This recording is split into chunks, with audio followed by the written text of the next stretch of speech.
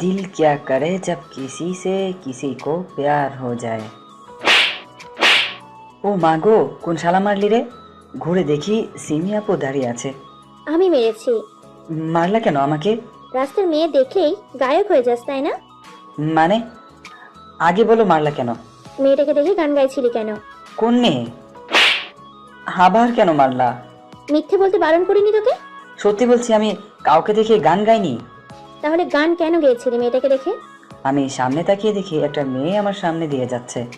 আপু বিশ্বাস করো, আমি এমনি গান গাচ্ছিলাম, মেয়েটাকে দেখে না। রাস্তায় গান গেয়েছিলি কেন? ভালো লাগছে না তাই আর কি। এরপর থেকে যদি রাস্তায় গান গাস তাহলে তোর খবর আছে। নিশ্চয়। কি হলো বল? আর গাইবো না। গুড। আজ ভার্সিটি যাওয়ার সময় ডাকিসনি কেন? একটু কাজ ছিল তাই তাড়াহুড়ো করে চলে এসেছি। এখন চল, ভার্সিটিতে লেট হয়ে যাচ্ছে। চলো। আমরা দুজন হাঁটতে লাগলাম ভার্সিটি যাবার জন্য। যেতে যেতে পরিচয়টা দিয়ে দিই, আমি হলাম মোহাম্মদ রিফাত আলী, বাবা মায়ের একমাত্র সন্তান। আর এতক্ষণ যার ঝাড়ি খেলাম সে হলো নুসরাত জাহান সিমি, আমাদের বাসায় পাশাপাশি। আমার থেকে 2 বছরের বড়। আমি অনার্স প্রথম বর্ষে আর সিমি তৃতীয় বর্ষে পড়ে। আজকের মার খেলাম কারণ আমি ভার্সিটি যাচ্ছিলাম রোমান্টিক একটা গান গাইতে গাইতে, কিন্তু আমি লক্ষ্য করিনি আমার সামনে দিয়ে নিয়ে যাচ্ছিল, কিন্তু সিমি সেটা দেখে ফেলে। বাকিটা তো দেখলেন। আমি তার থেকে সব সময় দূরে থাকতে চাই, কিন্তু সে আমাকে ছাড়ে না, সব সময় পেরার উপর রাখে। আজ আমি ইচ্ছে করেই তাকে ভার্সিটি যাবার জন্য ডাকিনি। সব সময় করা নজরের উপর রাখে আমাকে। কোনো মেয়ের সাথে কথা বলতে দিবে না, তাকাতেও দিবে না। এটা করতে পারবো না, ওটা করতে পারবো না, মানে এক কথায় সব সময় পেরার উপর থাকি। আপনাদের এসব বলতে বলতে ভার্সিটি চলে এসেছি। এই শোন, বলো। মাথা নিচু করে চুপচাপ ক্লাসে গিয়ে ছেলেদের সাথে বসে পড়। প্রত্যেকদিন তো একই কথা বলো। কি বললি? না না, কিছু না। যা বললাম তা কর। আচ্ছা, ক্লাসে গিয়ে ছেলেদের সাথে বসে পড়লাম। আসলে প্রথমে আমি সিমি আপুকে একটু ভয় পেতাম না, ভয় পেতে শুরু করেছি যখন আমার এসএসসি পরীক্ষা চলে। ছোটবেলা থেকেই সিমি আপু আর আমরা পাশাপাশি বাসায় থাকি, যার দরুন ওদের সাথে অনেক ভালো সম্পর্ক। সিমি আপু অনেক ভালো ছাত্রী, তাই আমাকে পড়ায়। এসএসসির সময় সিমি আপু আমাকে নিয়ে যেত পরীক্ষা দিতে আর নিয়ে আসতো। গণিত পরীক্ষা শেষ করে বাইরে এসে দেখি সিমি আপুকে একটা ছেলে প্রপোজ করছে। সেদিন সিমি আপু তাকে এমন মার মেরেছে কি বলবো ভাই। সেদিন দেখতে পাই সিমি আপুর আলাদা রূপ। আর সেদিন থেকে সিমি আপু আমাকে পেরার উপর রাখে। সেদিন থেকে আজ পর্যন্ত সিমি আপুর মুখের উপর তর্ক করেনি, তারপরেও সিমি আপু আমাকে মারে। বাচ্চা ছেলে পেয়ে এত নির্যাতন আল্লাহ কিন্তু সহ্য করবে না, বলে দিলাম। মেয়েদের কথা বাদ দেই, সিমি আপু তো আমাকে ছেলেদের সাথেও মিশতে দেয় না। আমার কাছে একটা স্মার্টফোন পর্যন্ত নেই, শুধুমাত্র সিমি আপুর কারণে। স্মার্টফোন পেলে নাকি আমি খারাপ হয়ে যাব, কিন্তু সে নিজে আইফোন চালায়। ভাবনার ছেদ পড়লো যখন ক্লাসে স্যার এলো। ক্লাস করে বসে আছি, সবাই মেয়েদের সাথে গল্প করছে আমি ছাড়া, কারণ সিমি আপু সব মেয়েদের বারণ করেছে যাতে কেউ আমার সাথে কথা না বলে। তারপরেও একদিন একটা মেয়ে এসে আমার সাথে ভাব জমাচ্ছিল। সেদিন সিমি আপু মেয়েটার চুল অর্ধেক করে কেটে দিয়ে। সিমি আপু দেখতে প্রচণ্ড সুন্দরী, যেমন সুন্দরী তেমনি রাগী। ক্লাসে বোরিং লাগছে তাই ভাবলাম কলেজের পেছনে পুকুর পাড়ে যাই। সিমি আপু আমাকে ক্লাস থেকে বের হতে নিষেধ করেছে, তবে এখানে ভালো লাগছে না, তাই চলে গেলাম পুকুর পাড়ে। বসে আছি, কে যেন কাঁধে হাত দিল, তাকিয়ে দেখি অবন্তী আপু। অবন্তী আপু সিমি আপুর সাথে পড়ে। একা একা কি করছো এখানে? ভালো লাগছে না তাই বসে আছি। আমি বসতে পারি? না। কেন? আপু বকবে। ও আমার বেস্টি, আমাকে কিছু বলবে না। আমাকে মারবে। কিছু হবে না। অবন্তী আপু আমার গা ঘেঁষে বসে পড়লো। আমার ভয় করছে, সিমি আপু যদি দেখে তাহলে তো আমি শেষ। রিফাত, বলেন। আমাকে তোমার কেমন লাগে? ভালো। আর কিছু না? মানে? তোমাকে একটা কথা বলবো? বলেন। আমি তোমাকে ভালোবাসি। কি বলছেন? হ্যাঁ রিফাত, আমি তোমাকে ভালোবাসি। প্লিজ আমাকে ফিরিয়ে দিও না। আমাকে জড়িয়ে ধরে? এটা সম্ভব না। কেন? কারণ আমি কিছু বলতে যাব আর তখনই সিমি আপু অবন্তী আপুকে চড় দিল। চোরের টাল সামলাতে না পেরে অবন্তী আপু পুকুরে পড়ে যায়। আমার ভয়ে হাত পা কাঁপতে লাগছে। যে নিজের বেস্ট ফ্রেন্ডকে চড় মেরে পুকুরে ফেলে দিতে পারে সে অন্য ছেলেকে মারতে পারে না, এমন কথা না। এটা তুই কি করলি? তোর ভাগ্য ভালো যে শুধু চর মেরেছি, অন্য কেউ হলে এতক্ষণে হাসপাতালে পৌঁছে দিতাম। কিন্তু তুই চুপ কর অবন্তী। হারাম সাদা, তোর অনেক সাহস হয়েছে তাই না? অনেকবার বেড়েছিস। আপু আমি কি করলাম? তুই আবার কি করবি? তুই তো কচি খোকা। আপু আমাকে ইনসাল্ট করবে না। আজ শুধু বাসায় আয় তুই, তোকে দেখছি। আপু, সিমি আপু আর আমার কথা না শুনে হনহন করে বাসায় চলে গেল। আমি তো কিছু করি না, তাও আমাকে বকা দিল। বকা তো দিল, এখন আবার হুমকি দিয়ে গেল বাসায় যদি যাই বাইরেই তো চর মারে। না জানি বাসায় কি করে। আমার মতো নিরীহ ছেলে পেয়ে এত অত্যাচার করছে। আব্বু আম্মু আমার কথা শুনে না, সিমি আপু যা বলবে তাই ঠিক। এই কি ভাবছো? আমাকে তোলো। আসুন, আমি অবন্তী আপুর হাত ধরে উপরে তুললাম। থ্যাঙ্কস। আমাকে জড়িয়ে ধরে অবন্তী আপু জড়িয়ে ধরেছিল। কোথা থেকে সিমি আপু এসে আবার আমাকে ধাক্কা দিয়ে পুকুরে ফেলে দিল। অবন্তী আপু আমাকে জড়িয়ে ধরেছিল, যার কারণে দুজনেই পুকুরে পড়ে যায়। আপু এটা কি করলা? এটা তো কিছুই না, বাসায় চল, মজা দেখাচ্ছি। ভাগ্যিস পুকুরে হাঁটু অব্দি পানি, বেশি পানি থাকলে ডুবে যেতাম। উঠ হারামি, উঠ। আমার কলার ধরে আমাকে টেনে তুললো পুকুর থেকে। আমাকে ওঠাও। হাত দিন। সিমি আপু আমার হাত নামিয়ে দিল। একাই উঠায়, বেশি পানি নেই। এরপর আর দাঁড়িয়ে না থেকে সিমি আপু আমাকে সারা রাস্তা আমার কলার ধরে টেনে নিয়ে এসেছে। রাস্তায় সবাই তাকিয়ে হাসছে। আমার লজ্জা কম, ভয় বেশি লাগছে। বাসায় গিয়ে মেরে না ফেলে দেয় আমাকে। আপু ছাড়ো। বেশি বকিস না। সবাই দেখে হাসছে। যে যা খুশি করুক, তুই চুপচাপ চল। আমিও তার কথা মতো চলতে থাকলাম। ওর বিরুদ্ধে গেলে আবার কি করে বলা যায় না। সিমি আপু আমাকে টানতে টানতে ওদের বাসায় নিয়ে গিয়ে ওর রুমে ঢুকিয়ে ভেতর থেকে রুম লক করে দিল। আপু আমাকে যেতে দাও, না হলে ভিজে থাকলে জ্বর চলে আসবে। ন্যাকামি করিস তাই না? আপু সত্যি বলছি। আজ তোর ভাগ্যে শনি পড়েছে।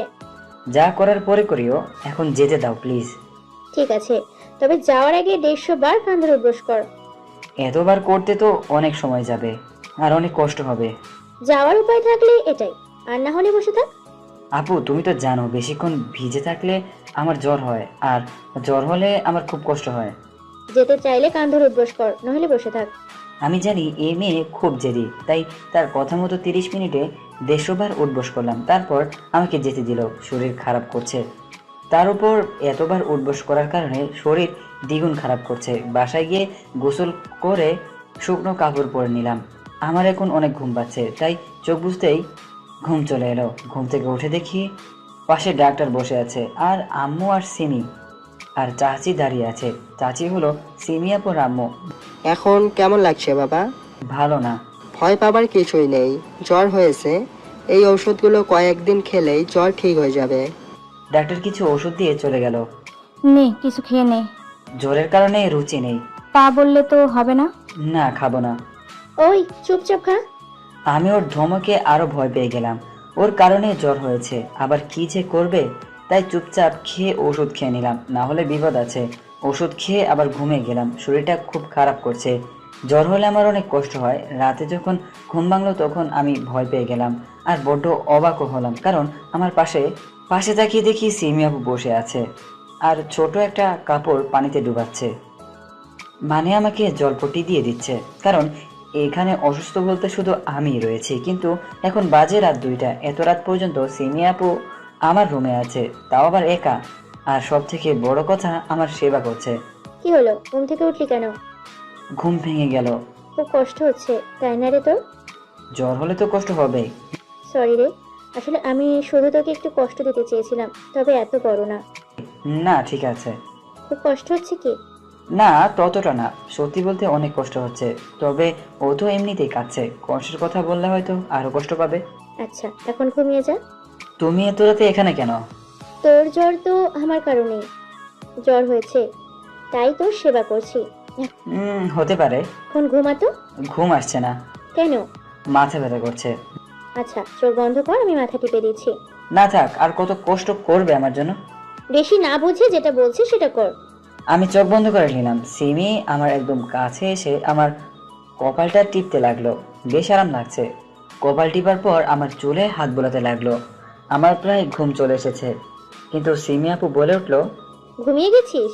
আমি চোখ খুললাম।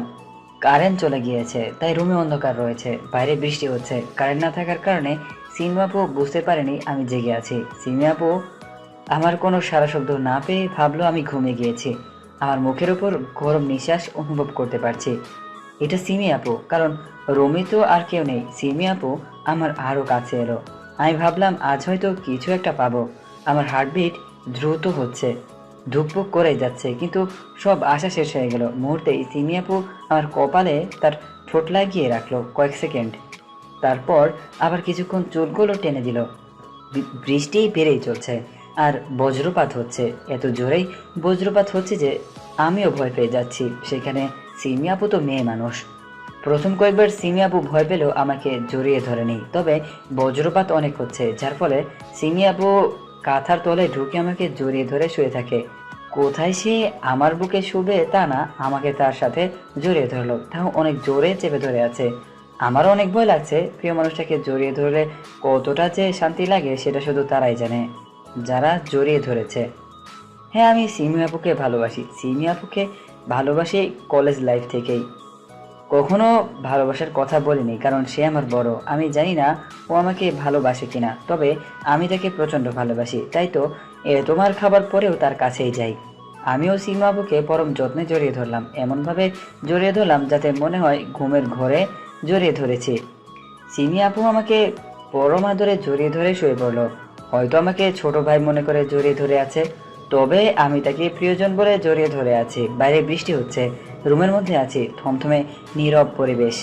এক খাটের ছেলে মেয়ে এক খাতার তলায় জড়িয়ে ধরে শুয়ে আছি। এতক্ষণ যদি কাপল হতাম তাহলে কত কেই না ঘটতো। মনের মধ্যকার শয়তান মাঝে মধ্যে জেগে উঠছে, তবে নিজেকে আটকে রাখছি, না হলে হয়তো সিমি আপু আর কোনোদিন আমার সাথে কথা বলবে না। আমি যাই পারি না কেন, প্রিয় মানুষগুলোর অবহেলাটা একদম সহ্য করতে পারি না, তাই অনেক কষ্টে নিজেকে আটকে রাখার চেষ্টা করেছি।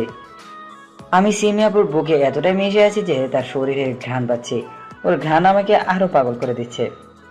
না যে কেউই হোক নিজেকে আটকে রাখবো, ভোর হলেই বাঁচি। তবে আজ মনে হচ্ছে রাতটা কাটতে চাইছে না। বাইরে আরো জোরে বজ্রপাত হলো। সিমি আপু ভয় পেয়ে কাঁথা দিয়ে মুখ ঢেকে নিল আর আরো নিচে নেমে এলো। এবার সিমি আপুর মুখ আর আমার মুখে একদম সামনাসামনি। ওর নিঃশ্বাস আমার মুখে পড়ছে। অনেকক্ষণ এভাবেই চলছিল আর আমি নিজেকে আটকে রাখার চেষ্টা করছি। ছেড়ে চলে যাব তাও পারছি না। সিমি আপু আমার আষ্টে পৃষ্ঠে জড়িয়ে আছে। সিমি আপু তার মুখ একদম আমার মুখের কাছে আনলো, মনে হচ্ছে আমার পুরো মুখটার ঘ্রাণ নিচ্ছে। একটু পর সিমি আমার ঠোঁটের কাছে তার ঠোঁট নিয়ে এলো, এতটাই কাছে যে আমি তার ঠোঁটের সাথে আমার ঠোঁট এক করে দিলাম। আমি সিমি আপুর ঠোঁটের সাথে আমার ঠোঁট এক করে দিলাম। দুজনের সেম অবস্থা, কেউ কাকে ছাড়ছে না। কিন্তু একটু পর সিমি আপু আমাকে তার কাছ থেকে ছাড়িয়ে নিল। কি করছিস কি? না মানে বদপোলা বড়দেরকে ওইভাবে কিস করে? না মানে আমিও। আমি কি তোর বউ না প্রেমিকা যে আমাকে কিস করছিস? না আমাকে ভালোবাসিস তুই? সরি আপু। কিস করার পর আপু বলছিস, লজ্জা করে না তো? আমার মন খারাপ হয়ে গেল। কি হলো, কথা বল। আর হবে না। ভুল করেও আর কোনোদিন আমার সামনে আসবি না তুই, বুঝেছিস? ফজরের আজান দিতে শুরু করেছে মসজিদে, তার মানে সকাল হয়ে গিয়েছে। সিমি আপু চলে গেল বাইরে। আমি খুবই কষ্ট পেলাম। সিমি আপুকে না দেখে তো আমি থাকতেও পারবো না। ওকে না দেখলে আমার দিন অসম্পূর্ণ থেকে যায়। যখন ইন্টার সেকেন্ড ইয়ারে পড়ি তখন মামাতো বোনের বিয়ের কারণে গ্রামে যেতে হয়েছিল। সিমি আপুকে আম্মু নিয়ে যেতে চেয়েছিল, তবে সিমি আপুর পড়া ছিল তাই সে যায়নি। গ্রামে যেতে 4 ঘন্টা সময় লেগেছিল। সেদিন সিমি আপুকে দেখতে পাইনি। সেদিন মনটা খুব খারাপ লাগছিল, তাই সন্ধ্যার দিকে আমি আবার বাসায় চলে আসি শুধুমাত্র সিমি আপুকে দেখার জন্য। সিমি আপুকে শুধুমাত্র একটি বার দেখার জন্য কত কি করেছি। আর এখন তার সামনে যেতে বারণ করে দিল। তার সামনে যেতে বারণ করেছে, দেখতে তো বারণ করেনি। এক রাতেই জ্বর ঠিক হয়ে গেল। আগে 1 সপ্তাহ না হলে ঠিক হতো না। ফ্রেশ হয়ে নিয়ে শুয়ে আছি আর রাতের কথা ভাবছি। এখন আমার নিজের ওপর রাগ হচ্ছে। কেন যে কিস করতে গেলাম? কিস না করলে হয়তো এখন সিমি আপু আমার সাথে কথা বলতো। আম্মু আমাকে খাবার খাইয়ে দিয়ে গেল। আমি হালকা নাস্তা করে ওষুধ খেয়ে শুয়ে থাকলাম। একা একা ভালো লাগছে না, তাই ভাবলাম ভার্সিটিতে গিয়ে কয়েকটা বন্ধু বানিয়ে নিই, কারণ এখন সিমি আপু আর আমার সাথে কথা বলবে না, যেহেতু আমি এখন স্বাধীন, যা ইচ্ছে করে বেড়াবো। ভার্সিটিতে গিয়ে ক্লাসে কয়েকটা ছেলে বন্ধু বানালাম আর কয়েকটা বান্ধবী বানালাম। আজকে সিমি আপু আসেনি ভার্সিটিতে। ক্যান্টিনে বসে কফি খাচ্ছিলাম আর তখন অবন্তী আপু এলো। কি করছো? কফি খাচ্ছি, খাবে? হুম। তারপরে অবন্তী আপুর জন্য কফি নিয়ে এনে গল্প করতে বসলাম। আচ্ছা, কথাটার ব্যাপারে কি ভাবলা? কোন কথা? প্রপোজটার? আমিও তোমাকে ভালোবাসি। সত্যি? অবন্তী আপু এসে জড়িয়ে ধরলো। কিছু করার নেই আমার, সিমি আপু তো আমাকে না করে দিল। তার জন্য সারা জীবন দেবদাস হয়ে থাকবো নাকি? এখন সব কিছু করে বেড়াবো। সেসব সিমি আপু আমাকে করতে বারণ করেছিল। চলো সোনা, পার্কে যাই। এখনো প্রেম শুরু হয়নি আর পার্কে যাবা? গেলে ক্ষতি কি? আজ না, শরীর খারাপ করছে। ওকে বাই, কাল ভার্সিটি আসবা। মুয়া। অবন্তী আপু আমার গালে কিস করে চলে গেল। আমিও বাসায় চলে আসলাম। বাসায় এসে গোসল করে ঘুমিয়ে গেলাম। বিকেলে ঘুম থেকে উঠে দেখি সিমি আপু আমার রুমে অগ্নি মূর্তি হয়ে দাঁড়িয়ে আছে।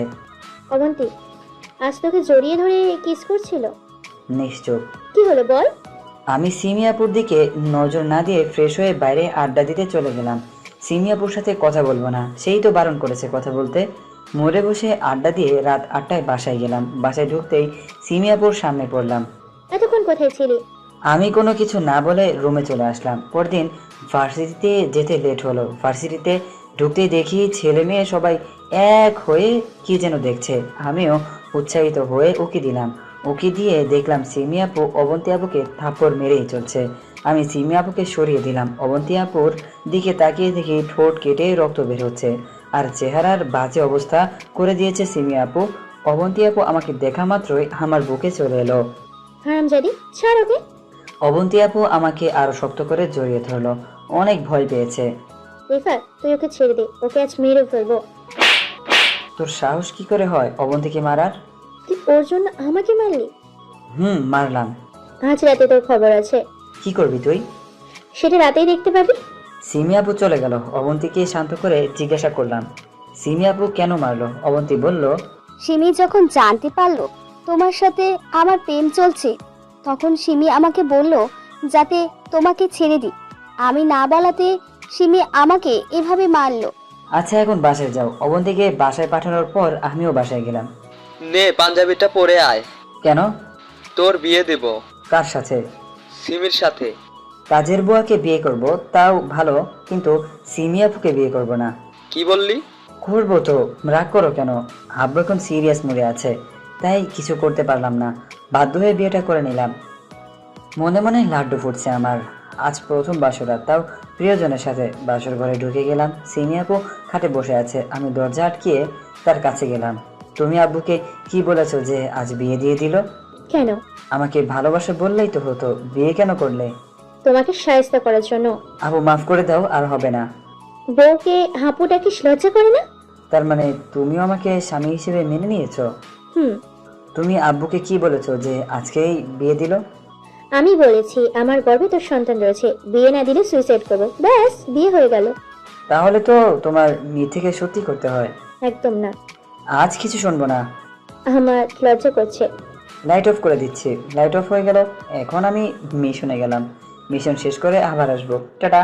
কি রে, কেমন আছিস? কি করছিস? কেমন আছিস মানে কি? নিজের স্বামী কি কেউ তুই করে বলে? আবার কোনো সালাম কালামও নেই। তুই আমার স্বামী, আর তোকে আপনি করে বলবো? তা তো অবশ্যই। এসে আমার কান টেনে ধরলো। জানিস আমি তোর কত দিনের বড়? জানি।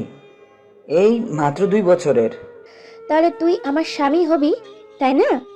কানের নিচে 2টা দিলে সব ভূত ঘাড় থেকে নেমে যাবে। আরে তুমি জানো না, ভালোবাসার কোনো বয়স মানে না। হয়েছে, আর জ্ঞান দিতে আসবি না।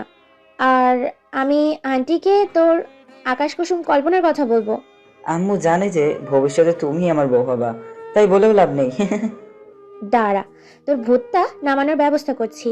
দেখে নিও, এই ভূতটাই কিছুদিন পর তোমার ঘাড়েই চাপবে। ধুর, তোর একটা ব্যবস্থা করতেই হবে। এই বলে রেগে মেগে চলে গেল। আমি উচ্চস্বরে হেসে উঠলাম। আম্মুর বোনের মেয়ে জেরিন, আমার থেকে 2 বছরের বড়। অবশ্য সবাই জেরি বলেই ডাকে, তাই আমিও ডাকি। তাই বলেই সবসময় আমাকে তুই তুই বলে ডাকবে কেন? তুমি করে বললে কি হয়, কিন্তু ওনাকে সম্মান দিয়ে আপু বলতে হবে। ওনার কথা। আরে উনি মানে জেরি। ও চলে যেতেই খুব আসলাম। রাগলে ওকে বেশ দেখায়, বেশ লাগে। যখন রেগে গেলে গালগুলো ফুলিয়ে বসে থাকে, তখন মনে হয় গালে আলতো করে ছুঁয়ে দিই, কিন্তু তা কোনোভাবেই সাহস হয় না। যখন বিস্ফোরিত হতে শুরু করে, তখন তো কোনো কথা বলারই দায়। অন্য সবার সাথে কত ভালোভাবে হেসে কথা বলে, আর আমার সাথেই কেবল ওনার বড়গিরি গার্জিয়ান হয়ে ওঠেন। যাই হোক, তারপরও নিজের প্রিয় মানুষ।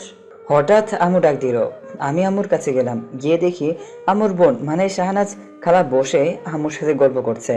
আমি কাছে যেতেই সালাম দিলাম। খালাও আমাকে হাসি মুখে সালামের জবাব দিয়ে পড়াশোনা কেমন চলছে জিজ্ঞাসা করলেন। অনেকক্ষণ বসে থাকার পর আম্মু ও আন্টি দুজনেই গল্পে ব্যস্ত হয়ে গেল। আমি উঠে নিজের রুমে চলে আসলাম, একটু বাইরে যাওয়ার দরকার। আম্মু আবার ডাক দিলেন। অপু, একটু শোন। বলো আম্মু। অপু আমার নামই, কিন্তু নামটা যদি আব্বু আম্মু টম দিত তাহলে না কতই ভালো হতো। সারাক্ষণ জেরির পিছনে ছুটতাম। আজ থেকে 3 মাস জেরি আমাদের বাসায় থাকবে ওর ফাইনাল এক্সামের জন্য। আচ্ছা ঠিক আছে। আর শোন, ওকে প্রতিদিন সাথে করে নিয়ে যেতে এবং নিয়ে আসতে হবে। ঠিক আছে আম্মু, তুমি যা বলবে। আমার যে কি পরিমাণে আনন্দ হচ্ছে বলে বোঝানো যাবে না। তাই খুশিটা নিজের মধ্যে ছড়িয়ে দিতে তাড়াতাড়ি আম্মুর সামনে থেকে সরে গেলাম। পরের দিন ভোরবেলায়। এই তাড়াতাড়ি উঠ, কলেজে নিয়ে যাবি। যাও, আমি পারবো না, আমি ঘুমাবো। এই বলে আমি কম্বল দিয়ে মুখ ঢেকে শুয়ে পড়লাম। আমি গেলাম আন্টিকে বলতে যে তুই আমাকে কলেজে নিয়ে যাবি না। এই না না, আমি যাচ্ছি, তাও বলিস না আমাকে। হুম, তাড়াতাড়ি উঠ, অনেক কম টাইম আছে হাতে। উঠছি তো, একটু আদর করে বললে হয় না? মিষ্টি করে ডাকলে কি হয়? ওই কিছু বলবি? না কিছু না। তাড়াতাড়ি আয়। বলেই চলে গেল। এই মেয়েটা যদি আমার জীবনে আসে তাহলে তো জীবনটা একেবারে স্বাধীন হয়ে যাবে। ধ্যাত, কি ভাবছে এসব? হোক না স্বাধীন, তাও তো ওকেই চাই। ফ্রেশ হয়ে ব্রেকফাস্ট সারলাম, দেখি ও রুম থেকে বের হলো সেজে গুজে। আমি তো ওকে দেখে পলক ফেলতে ভুলে গিয়েছি মনে হয়। ও কাছে এসে বলল, ওই যাবি না? না এখানেই দাঁড়িয়ে থাকবি? হ্যাঁ তাই তো, চলো। রাস্তায় বের হয়ে কিছুক্ষণ হাঁটলাম, সামনে থেকে রিক্সা নিব। আমি যেই বললাম চলো রিক্সা করে যাই। তোর সাথে? কেন, আমার সাথে গেলে কি ক্ষতি হবে? না, তোর সাথে এক রিক্সায় যাব না। কেন, আমি আবার কি করলাম? তোর সাথে হেঁটে কথা বলতে বলতে যাব। বাবা, আমার সিনিয়র বউটা রোমান্টিক হচ্ছে দিনে দিনে। আমায় কিছু বলবি? না, কিছু বলিনি তো। গুড, একটা রিক্সা ডেকে আন। একটু রোমান্টিক করে বলা যায় না? কিছুদিন পরেই তো ওসব কিছু মাথা থেকে ঝেড়ে একটা রিক্সা নিয়ে আসলাম। আমি রিক্সা নিয়ে এসে আমি নেমে দাঁড়িয়ে রইলাম, আর জেরি রিক্সার বাম পাশে বসলো। যদিও জোরে নাম ধরে ডাকি না, কিংবা সামনে থাকলেও নাম ধরে ডাকি না। ও রিক্সায় বসে আমাকে বলল, কি রে, তুই রিক্সাতে উঠছিস না কেন? খুব অবাক হলাম আমি, আমাকে তার সাথে রিক্সায় উঠতে বলছে। আমি কি? তাড়াতাড়ি আয়, স্ট্যাচুর মতো দাঁড়িয়ে থেকে পরীক্ষক আর রুমে ঢুকতে দিবে না। আমি উঠে বসলাম রিক্সাতে। রিক্সা চলতে শুরু করলো, কিন্তু আমি আনইজি ফিল করতে লাগলাম। কোনোভাবেই স্বাচ্ছন্দ্য বোধ করছিলাম না। কখনো তো এমন হয়নি। আর রিক্সাতে যে প্রথম উঠছি তা নয়, বন্ধুদের সাথে এক রিক্সাতে 4 জন উঠেছি, কিন্তু এমন কখনো অনুভব হয়নি। আমি একটু একটু ঘামতে লাগলাম। হঠাৎ জেরিন বলে উঠলো, এই অপু, রিক্সা থেকে নাম। আমাকে একটা ধাক্কা দিল। আমি হকচকে উঠলাম। কি হয়েছে আপু? আপু বলে ডাকবি সবার সামনে, না হলে সবার সামনে শাস্তি দিতে পারে। আবার তুমিও বলি। মাঝে মধ্যে ইচ্ছা হয় নাম ধরে ডাকতে, কিন্তু প্রচন্ড রাগি, চাইলেও সম্ভব হয় না। নামবি নাকি বসেই থাকবি? হ্যাঁ নামো। কই হারিয়েছিলি? কোথাও না, চলো, তোমার পরীক্ষা শুরু হয়ে যাবে। নিজের ভেতরে দুর্বলতাটাকে বুঝতে না দিয়ে আসলাম পরীক্ষার হলে। আবার নাকি নিয়ে আসতে হবে, এটা ওনার আদেশ। জেরিকে পরীক্ষার হলে দিয়ে এসে কেন্দ্রের বাইরে এসে ভাবতে লাগলাম, এত সময় কি করব? বাসায় যাব নাকি? সিদ্ধান্ত নিলাম বসে বসে অপেক্ষা করব। রাস্তার পাশে দোকানে চা খাচ্ছি আর ওকে নিয়ে ভাবছি। কখনো চা খেতে খেতে গান শুনি, এইভাবেই সময়টা পার করে দেই। আর ওর পরীক্ষা শেষ হয়ে যায়। সবাই যখন গেট দিয়ে বের হচ্ছে, আমি তখন গেটের কাছে এগিয়ে গেলাম। একটু এগোতে দেখলাম ও গেট দিয়ে বের হয়ে আসলো। কাছে আসতেই বললাম, কেমন হলো আপনার পরীক্ষা? ও আমার দিকে অবাকভাবে তাকিয়ে তারপর বলল, হঠাৎ এত রেসপেক্ট আসলো কোথা থেকে? জানি না, তবে এখন থেকে আপনি করেই বলবো। ও ভালো। ওর কণ্ঠে হতাশার ছোঁয়া। পরীক্ষা কেমন হলো আপনার? হয়েছে ভালোই। ভালো হলেই ভালো। কেন, তুই দোয়া করিসনি? করেছি তো। আপনার জন্য দোয়া করব না তো কার জন্য দোয়া করব? বাহ, ভালো, তাহলে ভালো রেজাল্ট হবে। হতেই হবে, বউটা কার দেখতে হবে না? কি রে, কিছু বলবি? না, কিছু বলিনি। তাহলে মনে মনে কি বলছিলি?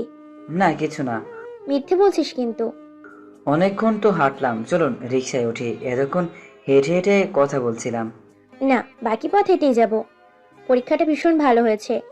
আমি আর হাঁটতে পারবো না। আমি মেয়ে হয়ে হাঁটতে বলছি, আর তুই বলছিস হাঁটতে পারবি না? না, আর হবে না আমার দ্বারা। আচ্ছা, রিক্সাতে উঠি চল। আচ্ছা, একটা রিক্সা ডেকে উঠে পড়লাম। বসে আছে, হঠাৎ উনি বলতে শুরু করলেন, তুই আজকে এতটা সময় এখানে বসে থেকেছিস? না, আমি তো বাসা থেকে এসে তোমাকে নিতে আসলাম। মিথ্যে বললি কেন? কি মিথ্যা বললাম? তুই জানিস আমার হল রুমটা দোতলায়, আর দোতলা থেকে রাস্তার সবকিছু স্পষ্ট দেখা যায়। আর কিছু বললাম না। ওখান থেকে স্পষ্ট দেখা যায় তুই সেখানে বসেছিলি, আর এতটা সময় বসে না থেকে বাসায় যেতে পারতি। আমি শুধু মাথা নাড়ালাম, ধরা পড়া অপরাধীর মতো মাথা নিচু করে বসে আছি। দুপুরে কিছু খেয়েছিস? না। তো এখানে বসে না থেকে বাসা থেকে খেয়ে আসতেই পারতি না? আমি আবারও মাথা নাড়ালাম। হয়তো সম্ভব ছিল, কিন্তু আমি যাইনি। নিজের প্রিয় মানুষটাকে ওখানে রেখে কি করে যাই? তারপর আর কিছু না বলে চুপ করে অন্যদিকে তাকিয়ে আছি। বাসায় এসে ফ্রেশ হয়ে খেয়ে পিসি নিয়ে বসলাম। কিছু ড্রয়িং করতে হবে অটোক্যাডে এবং ম্যাক্সে। প্রতিদিনই জেরিকে নিয়ে যেতাম আর নিয়ে আসতাম। দিনে দিনে আপুর প্রতি অনেকটা উইক হয়ে পড়ে। বাসায় যখন একসাথে টিভি দেখি বা কোনো কাজ করি, তাহলে আমি তাকিয়ে থাকি অপলকে, আর উনি দেখলেই চোখ ফিরিয়ে নেই। তার জন্য অবশ্য বকাও খেয়েছি অনেক। আপুর সাথে অনেক ইজি হয়ে যাওয়ার পরে কেমন জানি লাগতো নিজেকে। ফাজলামোটা কমে গিয়েছে একেবারেই। একদিন আপুর সাথে রিক্সা করে বাসায় ফিরছিলাম। আচ্ছা আপু, তোকে একটা কথা বলি। আমি অনেকটা অবাক হলাম। আপু তো কখনো অনুমতি চায় না, তাহলে কি বলতে চায়? অনেক ভাবার পরে বললাম, বলো, এতে অনুমতি চাইছে কেন? তুই আর আমাকে আপনি করে বলবি না, তুমি করে বলবি। কেন? তুমি বলতে বলছি, তুমি করেই বলবি, ব্যাস। কথাটা রেগে বলল, তারপরে অন্যদিকে তাকিয়ে বলল, আপনি বললে কেমন জানি বয়স্ক বয়স্ক লাগে নিজেকে, তাই আর আপনি করে বলবি না, ঠিক আছে? এই বলে মাথাটা নাড়ালাম। কেবলই আপু আবার জোরে বলল, মুখে বলতে পারিস না? কি মাথা নাড়াচ্ছিস? ঠিক আছে, আস্তে করে বললাম। নিজেকে সুখী লাগছে। হয়তো আপু আমার ভালোবাসাটা ফিল করতে শুরু করেছে। হয়তো আমায় নিয়ে চিন্তা করে। বাসায় এসে নিজের খুশিটাকে ছড়িয়ে দিতে একটা ছোট পার্টির আয়োজন করলাম। কিন্তু আব্বু আম্মু পার্টির কারণ জিজ্ঞাসা করলো, কিন্তু বললাম না। জেরে আপু নিজেও কারণ জিজ্ঞাসা করলো, বলিনি। কারণটা এসে সে নিজেই কারণটা জানতে চাইলে কি করব? তারপরও আস্তে আস্তে করে বললাম, তুমি। আমি পার্টির কারণ? আমি মাথা নাড়ালাম আবার। এবার আপু বলল, শুধু মাথা না নেড়ে খুলে বলতো, তোর পার্টির কারণ আমি কেন? জানি না, তবে এটাই জানি তোমার জন্য আয়োজন করেছিলাম। ভালো তো। এই বলে চলে গেল তার রুমে। আমিও আর এ নিয়ে মাথা ঘামালাম না। আস্তে আস্তে পরীক্ষা শেষ হয়ে এলো, আর মাত্র 2টা পরীক্ষা বাকি।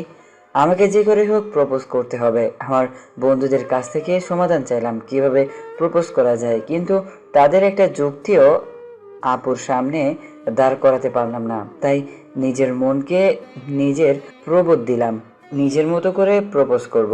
বাকি 2টা পরীক্ষাতে নিয়ে যাওয়া আসার সময় একটু কথা বলিনি। শুধু ভাবনার কেন্দ্রবিন্দুতে ছিল কিভাবে প্রপোজ করব।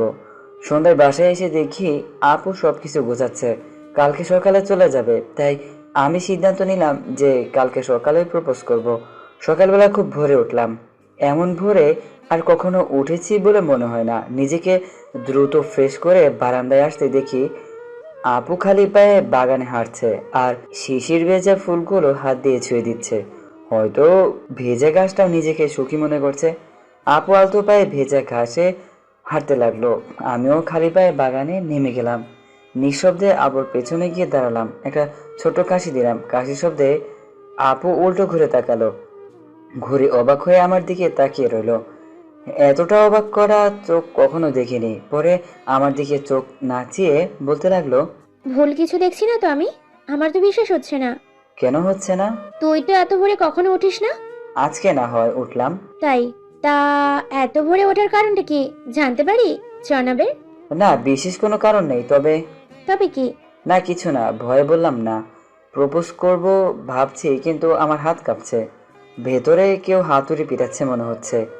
এরই মধ্যে আপু বলল, চল হাঁটি। চলো। আমি তো চলে যাবো আর একটু পরে। ও, তোকে অনেক ধন্যবাদ আমাকে প্রতিদিন নিয়ে যাওয়া আর আসার জন্য। ধন্যবাদ দিতে হবে না, নিজের মানুষটার জন্য এগুলো হয়তো কিছুই না। নিজের মানুষ। একটু ওয়েট, এই বলে পকেট থেকে পায়েলটা বের করলাম, তারপরে সাদামাটা ভাবে প্রপোজ করলাম। ও বলল পায়েলটা আমার হাতে দে। আমি না বললাম যে আমি পায়ে পরিয়ে দিব।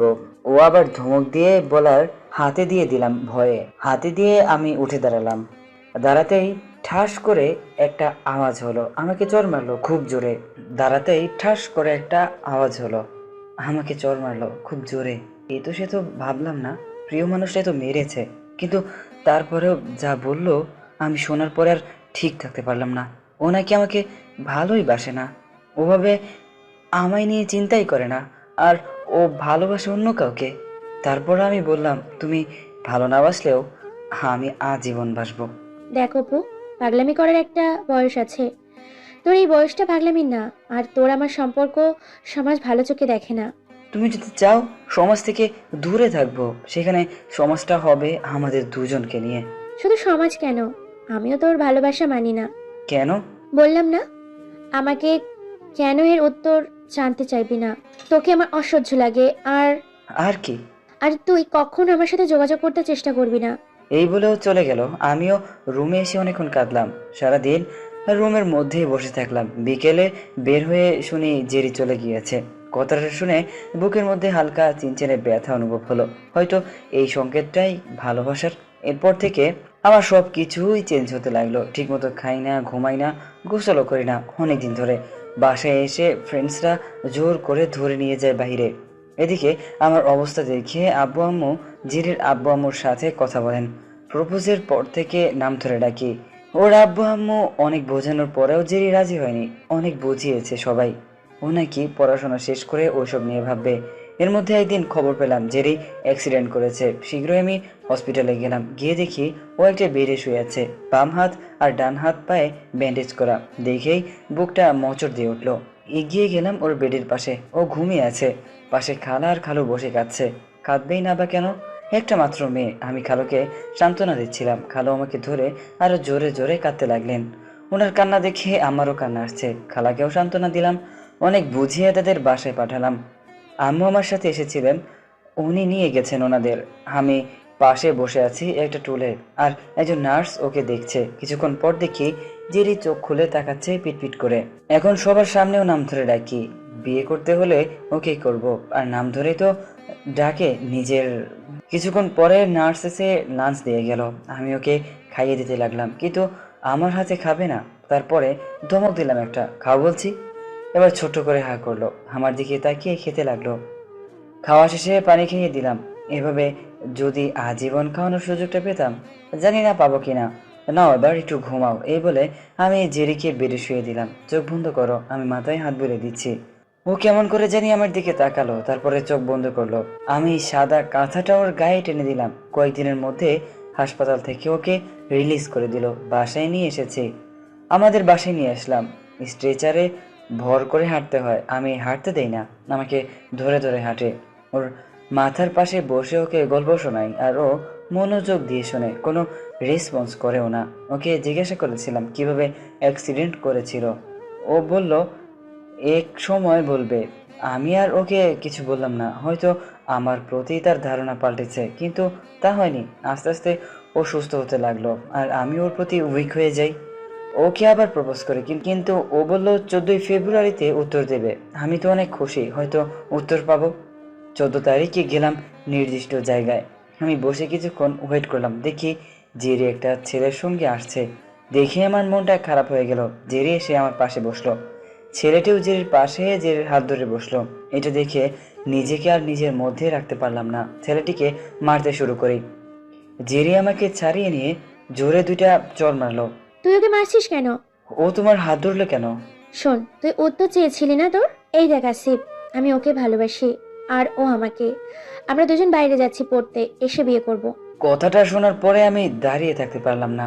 কার জন্য আমি এত কিছু করেছি, সেই সবের কি একটুও দাম নেই? আর শোন, আমি মাথা তুলে তাকালাম। ধন্যবাদ দিলে কম হবে, তারপরও ধন্যবাদ। আমি উচ্চস্বরে হেসে উঠলাম। ধন্যবাদ দিয়ে সব কিছু প্রতিদান হয়? কি জানি, হয়তো ওদের কাছে হয়। আর তুই বলছিলি না কিভাবে অ্যাক্সিডেন্ট করেছি? আমি ওর সাথে বাইকে ঘুরতে গিয়ে অ্যাক্সিডেন্ট করেছিলাম। আমি মাটির দিকে তাকিয়ে আছি, কষ্টে বুক ফেটে কান্না আসছে। মানুষগুলো এমন হতে পারে? বাই, ভালো থাকিস আর আমাকে ভুলে যাস। ও চলে যেতে লাগলো ছেলেটার হাত ধরে। চাইলেও কি ভোলা যায়? হয়তো না। এরপরে সপ্তাহে শুনলাম ও পড়াশোনার জন্য বাইরে চলে গিয়েছে। নিজেকে সান্ত্বনা দিয়ে আটকে রাখতে পারছি না। আম্মু আব্বু আমার কান্না দেখে কাঁদে। জেরির আব্বু আম্মু এসে আমাকে জড়িয়ে ধরে ক্ষমা চাইলো। ওদের কি অপরাধ? আর জেরিনেরই কি দোষ? সবাই যে সবাইকে পাবে এমন তো কথা নেই। কিছুদিনের মধ্যে আব্বু আম্মু আমাকে নিয়ে চিরদিনের জন্য অস্ট্রেলিয়া নিয়ে আসলো, কিন্তু আমার মনটা ঠিকই ওর কাছেই পড়ে আছে। অস্ট্রেলিয়ায় এসে এই যান্ত্রিক পরিবেশ ভালো লাগে না। চেয়েছিলাম অনেকবার দেশে যেতে, কিন্তু আব্বু আম্মু যেতে দিত না। সব কিছুই ঠিকঠাক চলতো, কিন্তু রাত হলেই কষ্টটা বেড়ে যেত। এইভাবেই দিন কাটতে লাগলো। এইভাবে একদিন বসে আছি নিজ রুমে। কেন নামের একটা ফ্রেন্ড এসেছে, ওর সাথে নর্থ ওয়েলস যাব। হঠাৎ বাংলাদেশ থেকে ফোন আসলো, ধরেই সালাম দিলাম। আমাকে বললেন আমি অপু কিনা। বুঝলাম খালু। আমি হ্যাঁ বলতেই বললেন, বাবা জেরিন খুব অসুস্থ, বাংলাদেশে আসছে, তোমায় দেখতে চায়, তুমি যদি একটু আসতে। আমি আমি কেন আসবো? আমি তোমার বাবার মতো, আমার অনুরোধ রইল তোমার প্রতি। ছি, এইসব কি বলছেন খালু? আমি আসছি। ওকে বাবা, তোমার আব্বু আম্মুকে বলো। খালু কাঁদতে কাঁদতে ফোন রেখে দিলেন। জেরিন কথা শুনে আমার মনটা কেঁদে উঠলো। কেইনকে বললাম, দোস্ত আমার জন্য একটা টিকিট কর, Sydney Bangladesh. Dear, don't worry. I'll solve it few moment. Thank you dear. কিছুক্ষণ পরে ও টিকিট কেটে আমাকে ফোন দিল। সব কিছু ওকে। আমি রেডি হয়ে আম্মু আব্বুর উদ্দেশ্যে একটা চিরকুট লিখে বেরিয়ে পড়লাম বাংলাদেশ যাওয়ার জন্য। মন চায় উড়ে চলে যায়, কিন্তু চাইলেও সম্ভব না। ফ্রেন্ডের কাছ থেকে বিদায় নিয়ে পা বাড়ালাম সামনের দিকে। চোখের সামনে জেরির মুখটা শুধু ভাসছে। অনেকদিন পরে দেখা হবে। কেমন আছে এখন? দেখতে কেমন হয়েছে? এসব ভাবছিলাম বিমানের ভেতরে বসে। দীর্ঘক্ষণ পরে এসে দেশের মাটিতে পা দিলাম। মনে এক ধরনের শোকের টান অনুভব করছি। বিমানবন্দর থেকে সোজা চলে এলাম হসপিটালে। আসার আগে খালুর সাথে যোগাযোগ করে হসপিটালের নাম অবস্থান জেনে নিয়েছিলাম। তাছাড়া আমার ফ্রেন্ড রিয়াদও আমার সাহায্য করেছে। হসপিটালে ঢুকে ওদের কেবিনটা খুঁজে বের করতে খানিকটা বেগ পেতে হলো।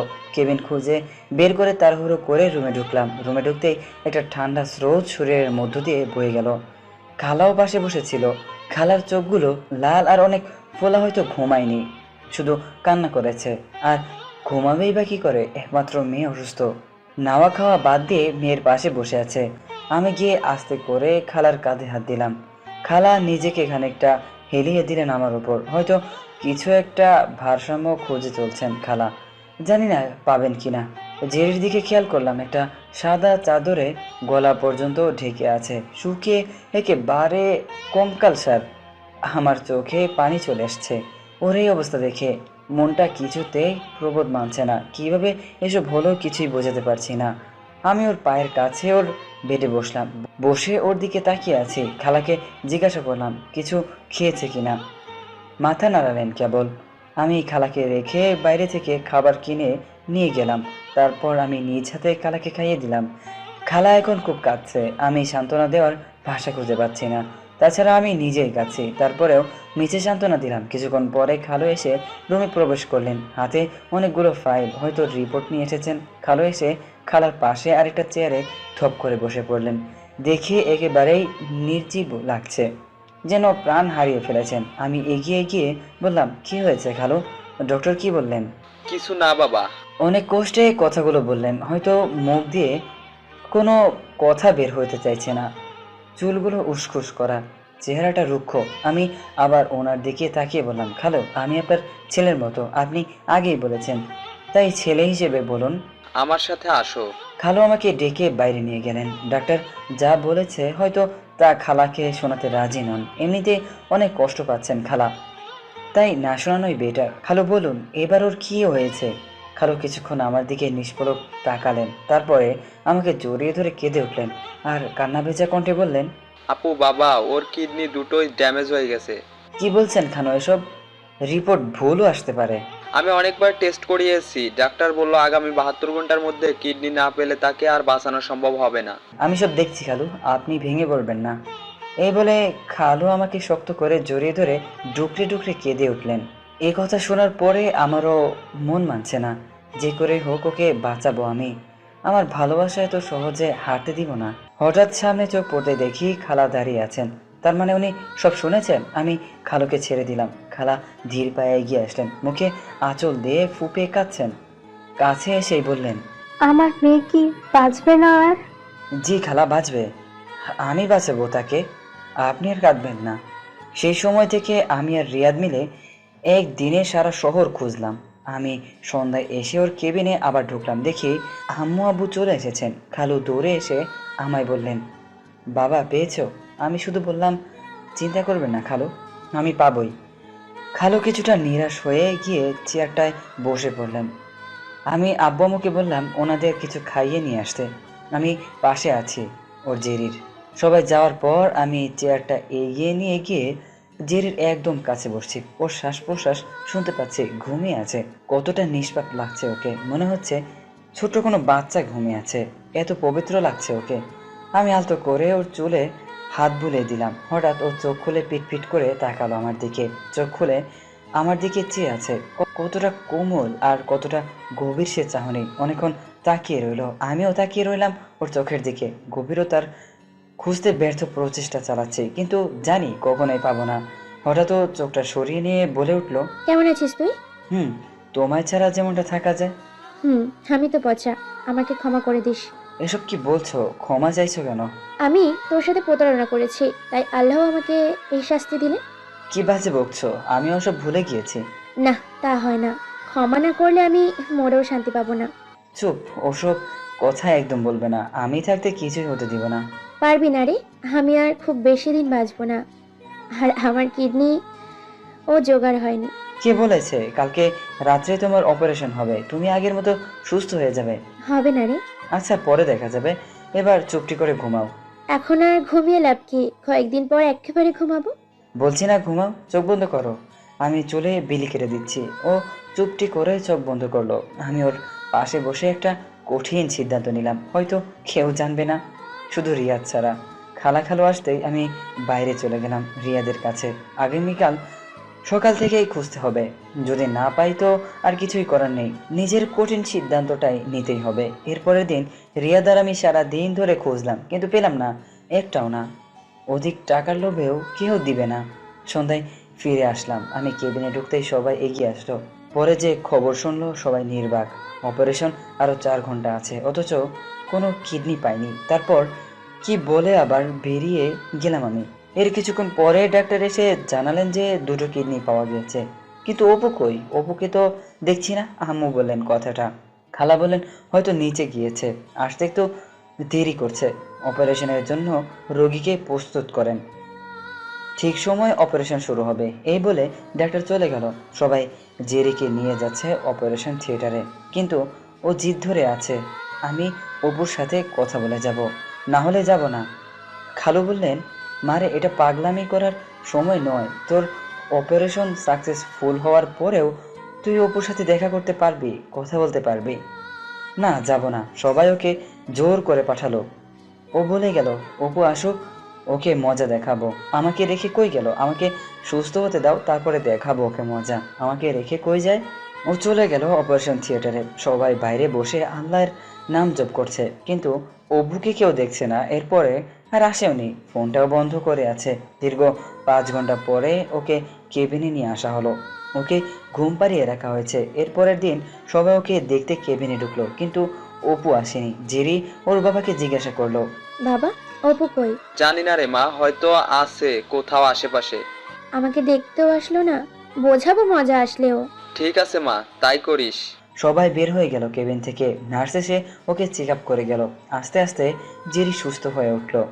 একদিন হাসপাতালে সবাই বসে আছে ওর কেবিনে, আর ও বারান্দায় দাঁড়িয়ে আকাশ দেখছিল, অপুর কথা ভাবছিল। হঠাৎ একটা ছেলে চিঠি দিয়ে গেছে। বারান্দায় দাঁড়িয়ে চিঠির বাজ খুলে পড়তে শুরু করলো।